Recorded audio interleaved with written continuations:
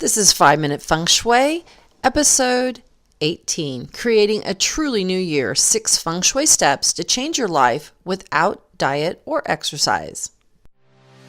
Welcome to the 5 Minute Feng Shui podcast, where each week I talk about how to move energy and make money. You'll learn how to create a prosperous home and an abundant life using classical Chinese Feng Shui. I'm your host, Katie Weber, publisher of the Red Lotus Letter, Feng Shui Easing for Wealth. Each week, I'll cover Feng Shui topics that can help you improve your life, share inspiring stories, and always end with 3 easy-to-implement Feng Shui tips that you can put to work right away, and usually in about 5 minutes. Now let's get started on the 5 minutes that could change your life.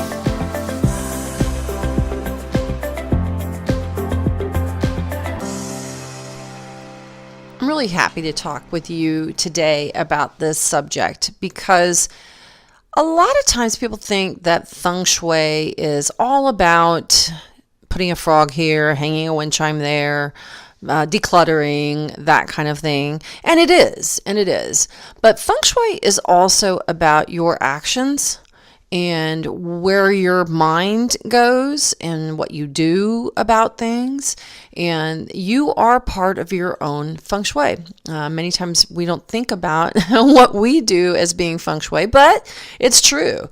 There are things that we can do that directly affect our lives, and that is a view of luck that the Chinese have, and that is that we have 3 kinds of luck. And there's the man luck, and that is the actions that you take. And there is earth luck, that's your Feng Shui of moving things around.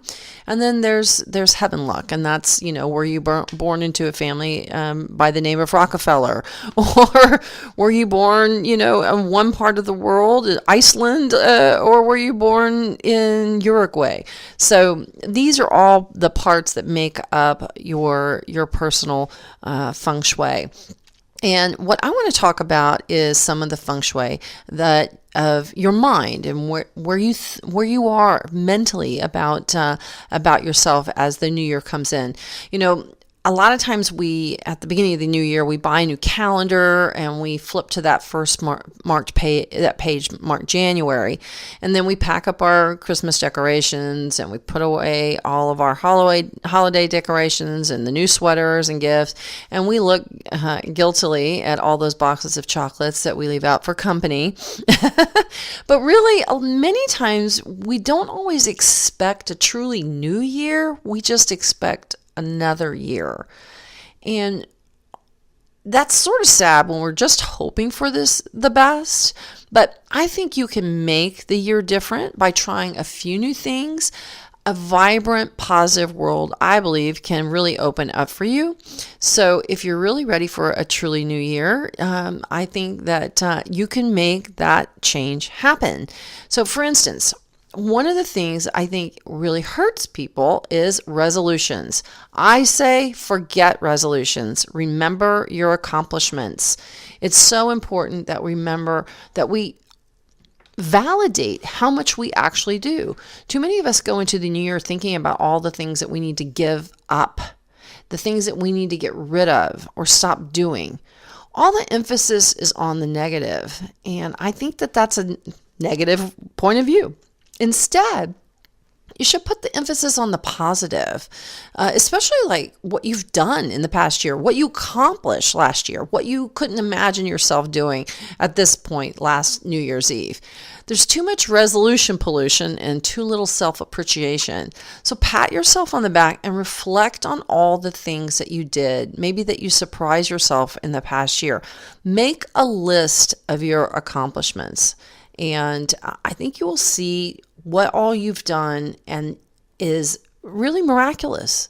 When we're always looking at what's left undone and what we want to do or what we need to get rid of or our faults or our failings, that really starts the new year off on a really negative note. So I really think that you should focus on your accomplishments from the past year. The other thing is to get rest. Many of us have really hectic schedules, especially around all year long, but then the holidays come in and it gets even more hectic. And it seems like as something comes to an end, it goes faster. You ever notice that? So here we are. It's like once Halloween hits, boy, the downhill roll to New Year's is it's light speed. That's why you really need rest. There's a famous mountain climbing expert who trains mountain climbers, and he begins the training with 2 weeks of nothing. All he does is tells these climbers to rest. They are just to lie around, read books, swim, nap, rest. His belief, and I love this belief, is that you can literally climb a mountain if your body is prepared for it. And to be prepared for it requires rest. So make sure that you have enough downtime to think, recharge, and keep healthy in the year ahead.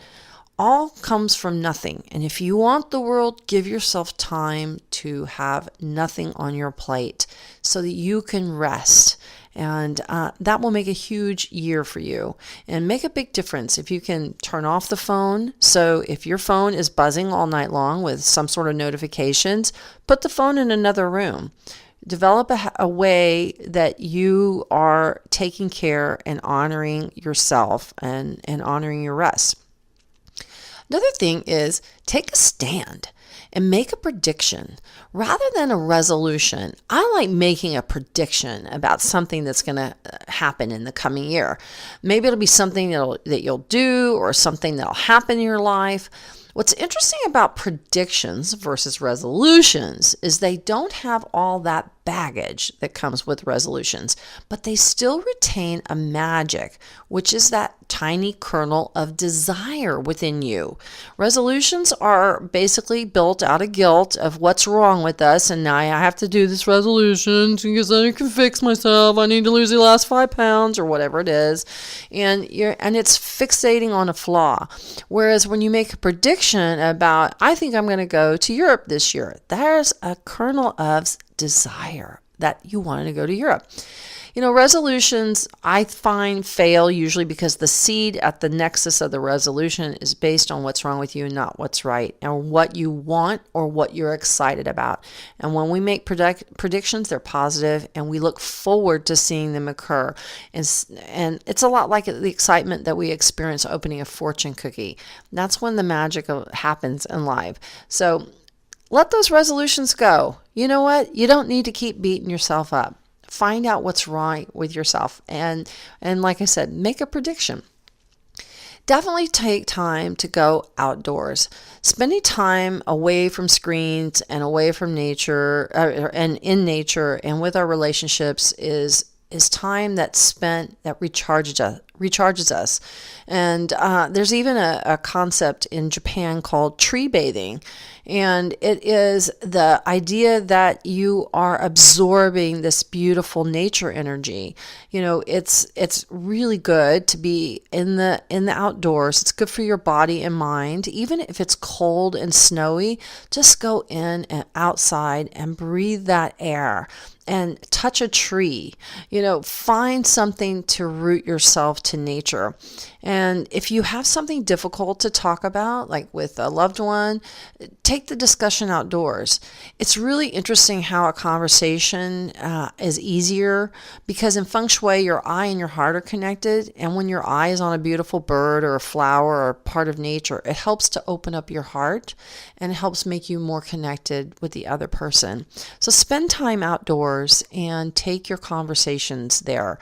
It will help you reconnect with that beautiful Mother Earth energy. Here's a really important quote that I love a lot, and it is, "Stand up and walk out of your history." This was a quote said by Dr. Phil, the famous psychologist that's on TV. And I love this quote because I believe you are not the sum total of the days that have preceded this one. Destiny is what you make happen. History is what happened to you. And I think Dr. Phil is right. Sometimes you can just stand up and walk out of the past. The Feng Shui trinity of luck is made up of 1/3 of your actions. not your history. So take charge of your life and stop living like it was yesterday. If you feel guilty about a relationship, if you feel bad about something that you do, maybe it's an addiction to alcohol, or you have done something in the past that you don't like, you've got to start with forgiveness. And just to walk out of your history and say, I'm doing better now. I'm going to take one day at a time. I'm going to go to AA, or I am going to take charge of this and charge of my luck and walk out beating myself up emotionally and mentally. I can't tell you how much that can change your life. Your history really isn't who you are. It's what you do that matters the most. So I just want to emphasize that because it's so important. We often get stuck in some dumb thing that we did. And many times, if it involves another person, they've often forgotten about it. And we're still dwelling about it. Now let's talk about water. Water is another element that is so important for us because this is the element that we were born in. We're held in a sack of water in our mother's stomach as we're developing as a baby, and that water cushions and insulates us. We need water in our homes and in our lives, yet too few of us actually have water in our homes. Yeah, of course we have bathrooms and we have a kitchen sink and a faucet, that kind of thing. Or maybe you have blue colors somewhere. But really actual water that is not like draining water going down a toilet or a tub or the dishwasher or what have you. Actual water like a fountain, a fish tank, something like that. Make it a goal this year to bring water into your home in the form of a fountain, a pond, an aquarium. Even drinking more water. That's a really great thing.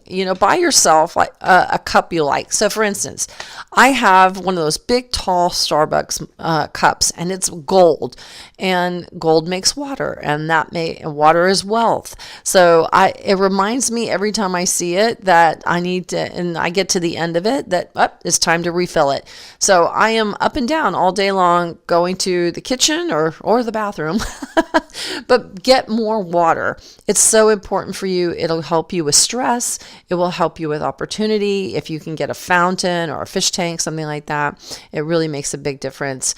Now, if you are finding that you have a lot of anxiety or stress in your life, your mind is constantly racing, take a visit to a beach, a lake, a pond. It's amazing how being around water and seeing it can clear our minds and just help them to stop racing and help us to create some open space to allow maybe answers to come to us. The body knows before the mind. So if you find yourself unable to quench your thirst, be ready to change, be ready for things to change in your life. I often find that when I'm really thirsty and I keep getting thirsty, change is coming. So if you find that you're very thirsty a lot, it may be that, you might need magnesium, but you might be low on magnesium, but it could also be change is coming and your body is trying to insulate you. So drink up. Go to the water, take a vacation at the beach. It all will help you in the year ahead. Well, there we have it. Ways that you can change your life without diet or exercise, without putting pressure on yourself or feeling guilty or that you're not making a resolution to correct some fault of yours. I really like these ideas, and they're ones that I have found that have helped me in my life. For instance, I used to find life was, I wasn't happy. In some years. And in my family, it was always eat black-eyed peas at the beginning of the new year. And I remember telling my husband when we first got married, I said, you know what? Every year we ate that, I was hopeful. And I got to where I associated black-eyed peas with something negative, that it was not going to be a new year, it was going to be another year. And one of the things that I did was I stopped eating black-eyed peas. everybody I know where I live does, and they all are going to eat that blow of those black-eyed peas. I'm like, I'm going to do anything but black-eyed peas. So, if you find that you have some sort of ritual and you want to do something different, then do something different and don't feel bad about it. Now let's talk about your 3 tips, as always, that I like to provide for you at the end of every podcast. All right, so these are your three Feng Shui tips to make a better year. 1 is make a list of your accomplishments. Go back and write down everything that you can think. Go back over the year in your memory and think of all the things that you've done, that happened to you, that you triumphed over, that you got through, that you had fun with, that you enjoyed, that you did, that you accomplished. Write them all down. I bet when you look at that list, you're going to go, holy moly, I did a lot. Resolutions are what you have got to do, or what you have to do.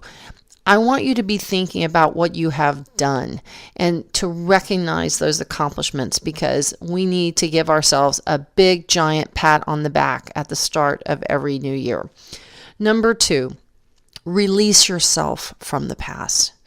If there was something that you did that was just you goofed up last year, or that you have carried from year to year with you, and you are ready to just put that burden down, stand up and walk out of your history. Create a new one. I really believe in the power of walking out of your history. Like I said, for my history, it was those black-eyed peas, and I always had a negative association with them, and I said, well, that's it. I'm not having those anymore, and now I don't. And things have been so much better. It's amazing how my life changed once I made that decision.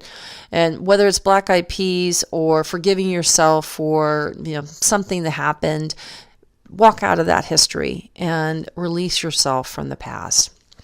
Number 3, make a list of predictions for the coming year. Now, if you have a negative outlook about the year, maybe you're like, oh, it's just going to be another year, or it's just going to be terrible, or what great thing happened last year, or yeah, I want to go to the Eiffel Tower this year. If you really don't think that's going to happen, make a wish list. Make a wish list of, and I want you to do it in a different way. I would like to go to the Eiffel Tower, but I would be happy to go to New York City. I would like to take a beach vacation, but I would be happy for a weekend at the lake. And let me tell you why you want to do that. Because inside, when you say, I'd like to do something and it's really grand, there's a part of your mind that may say, that's just not possible. And you may not believe it. And if you can't actually believe something, or you can't actually see it, then the chances of it happening are not really good. But if there's a part of you that can say, but I'd be happy with, then that's the part of you that was saying, yeah, I think that's a possibility. I think I could end up taking having a weekend at the lake, or I could visit New York. Maybe I can't go all the way to Paris, but I could visit New York. You have a really good chance of having those things happen for you.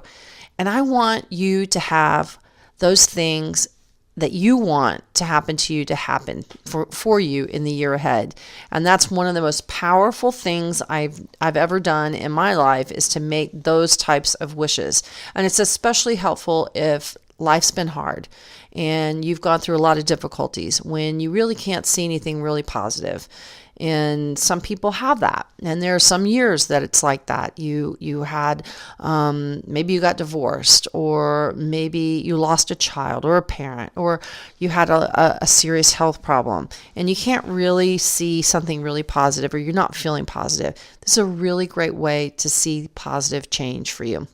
I hope you've enjoyed this today. It's been great to be with you. I hope you have a fantastic year ahead, and that the new year brings you every happiness. Thanks for listening in, and I'll talk to you again soon. Thanks for listening today to 5-Minute Feng Shui. The Year of the Pig is coming, and I want to share with you where you can find everything you want in the year ahead. That's because the prosperity star is coming this year, and it's showering us with a Roman candle of opportunities for money, abundance, and love. And it's all in my annual Feng Shui Forecast Success Pack.